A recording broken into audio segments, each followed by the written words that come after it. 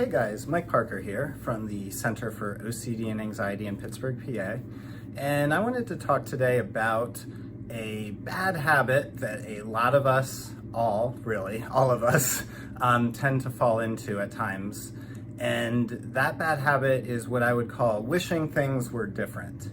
That may sound kind of strange to you. You may be wondering, how can you actually control what you wish for or what you want?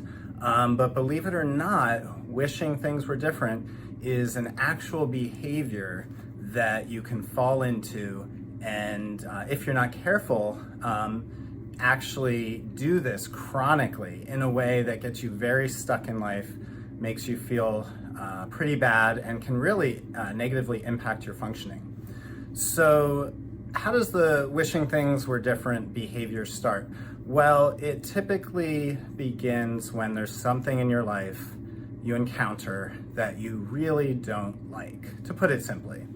So this could really be anything. It could be an aspect of your appearance, a part of your body. It could be,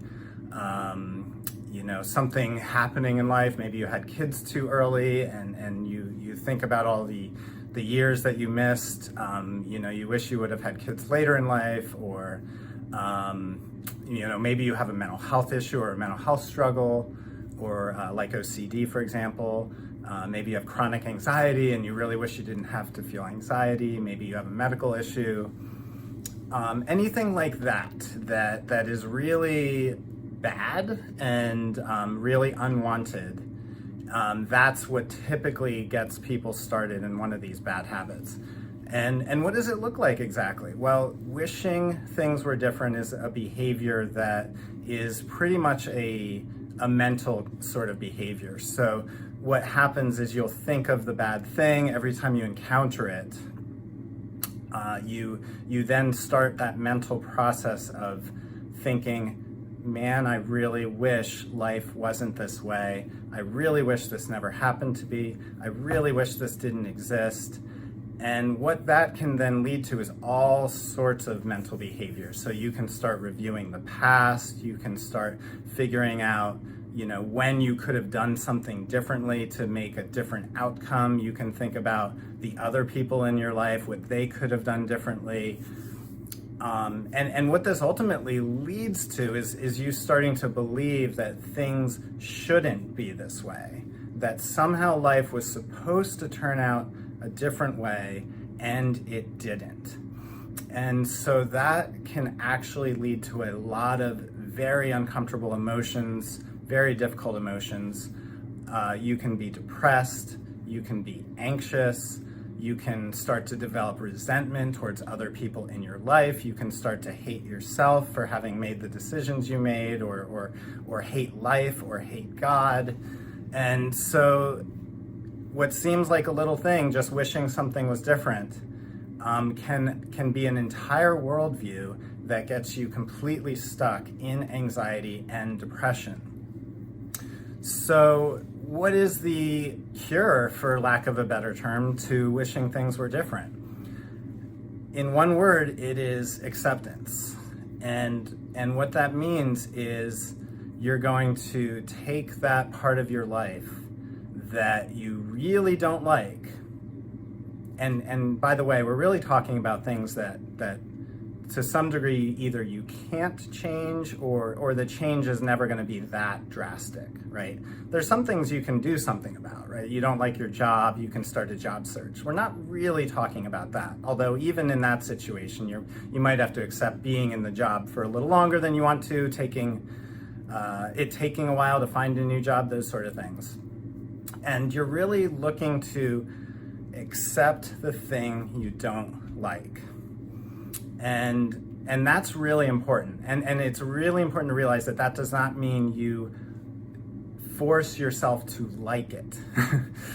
No, that's never going to happen. This is something you don't like, something you find intolerable, something that has, maybe even feels like it has ruined your life to some degree. And you're going to gradually take those steps to accept that thing more and more. And this starts by just stating the facts. So take that thing in life that you don't like. Maybe it's an aspect of your appearance. Maybe you think you're too skinny and wish you had more muscle. Maybe you think your hips are too big. Maybe you've got diabetes, or you have OCD, and your OCD has some good days and bad days, and it's just really frustrating. Maybe you wish you had different parents and can't stop thinking about your childhood and everything that your parents did wrong. Whatever it is, you're going to state the fact: I am skinny. These were the parents that I had. I have diabetes and I do have to take these insulin shots. Whatever it is, you're just stating that fact and noticing what's going to probably happen is you're going to get that urge to wish things were different and to start reviewing everything that could have changed and everything you could have done, everything that other people could have done. And you're going to resist the urge to follow that line of thought. You're not going to do it. You're not going to wish things were different. You're going to actually work on accepting the existence of this thing you don't like. A couple things are probably going to happen when you try to accept that thing in your life you don't like. Number one, you're going to have a lot of uncomfortable emotions come up for you. So you're possibly going to get sad. You may get agitated. You may get angry. You may even get a little depressed. And those are going to be part of this acceptance package as well. You're going to accept this thing in your life, and you're going to also accept all the feelings and the emotions that it makes you feel when you think about it. There's no other way around this, right? There's no way to think about the thing and not have those emotions. They are there. The other thing that is probably going to happen is you're going to get what I would call junk thoughts. You're going to get all those other thoughts that come with the thing that you don't like. So when you think to yourself, I'm skinny, I'm not as big as I want to be, I'm accepting that, your brain's going to give you that onslaught of all those junk thoughts. You're a loser, no one's attracted to you, you're weak, and believe it or not, you're gonna have to accept those thoughts as part of this process as well, because that's your brain just doing what it does. Your brain is throwing possibilities at you. It's throwing possibilities that it thinks might be important for whatever reason, and you're not gonna be able to stop that process. And at this point, you've probably given a lot of those negative judgmental thoughts so much attention that you're gonna have them. So accept the thing you don't like, accept the emotions, and then accept all of these negative judgmental thoughts. The key to all of this is noticing what you're accepting, right? You're accepting you're skinny. You're not accepting that you're a loser as a fact, right? You're accepting that you're skinny, and you're accepting every time I think I'm skinny, the thought pops into my head, I'm a loser. That's very different. You can accept thoughts, you can have thoughts, you can handle thoughts, and you can handle the emotions. The last point I'll make about all of this is the actual key to starting to feel better is acceptance. So you're accepting all of this discomfort, and what often happens is once you start to accept it, once you stop fighting with the thing in your life that you don't like, it's very uncomfortable at first, it's very difficult. Acceptance is very, very difficult. It doesn't feel good at all. You're going to hate it. But if you can do it, that is what is going to slowly, gradually, in the long run, make you feel better. It's gonna get rid of a lot of that anxiety and those simmering negative emotions you've got stuck inside you, and gradually find peace with that thing that you feel shouldn't have happened or shouldn't be there. You're gonna give up that fight and gradually make peace, and you're gonna feel better. So that's about it for today.